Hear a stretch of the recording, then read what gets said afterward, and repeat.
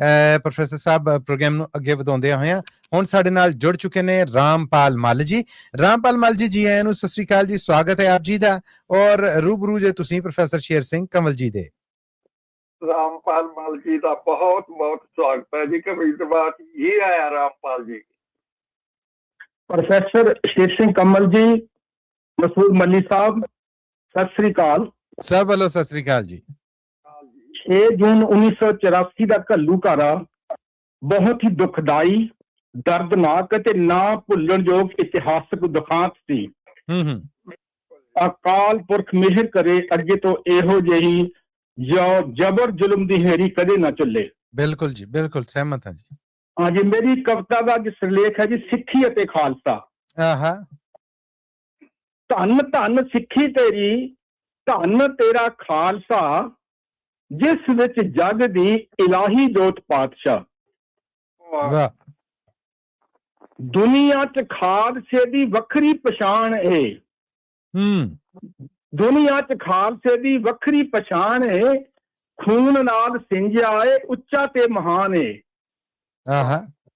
खून नाल सिंझिया है उच्चा ते महान है, धर्म दी राखी लई दुष्टां नूं सोधदा, शुभ काम करने तो डरदा ना डोलदा। धर्म दी राखी लई दुष्टां नूं सोधदा, शुभ काम करने तो डरदा ना डोलदा। 1.25 लाख नाल कल्ला खालसा ही लड़दा, चिड़ियां ते बाजां नूं मराउंदा कल्ला खालसा। धन धन सिक्खी तेरी, धन तेरा खालसा। तत्तियां लोहां ते बैठा तसीहे रिहा झलदा, उबलदियां देगां च बैठा रब रब करदा। बंद बंद घटवाउंदा अते चरखियां ते चढ़दा, इन्ना कुछ सह के कदे सी भी नहीं करदा। धर्म हेत सीस दे के हिंद दी चादर बन गया, धर्म हेत सीस दे के हिंद दी चादर बन गया। कलगीधर सरवंशदानी अमर सिक्खी नूं कर गया। वाह। कलगीधर सरवंशदानी अमर सिक्खी नूं कर गया। आहू लाला वढदा ते शेरां वांगू गजदा, आहू लाला वढदा ते शेरां वांगू गजदा। जबर जुल्म दियां जड़ां पुट के जित दे झंडे गढ़दा। वाह जी वाह। जबर जुल्म दियां जड़ां पुट के जित दे झंडे गढ़दा। खालसे ने पुछया सी रब नूं ए की तेरी माया।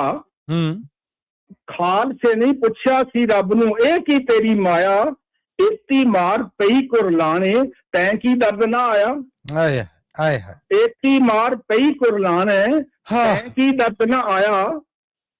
खालसे नूं मुकाउण दी खातर जोहर बहुतियां लाया। खालसे नूं मुकाउण दी खातर जोर बहुतियां लाया। खुद सारे मिट्टी हो गए, खालसा रब रजाया। खुद सारे मिट्टी हो गए, खालसा रब रजाया। मल दी कलम सदा ही लिखदी खालसे दियां वडियाइयां।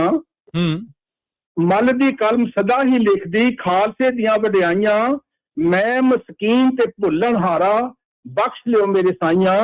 मैं मस्कीन ते भुल्लण हारा, बख्श लियो मेरे साइयां। वाहेगुरु जी का खालसा, वाहेगुरु जी की फतेह।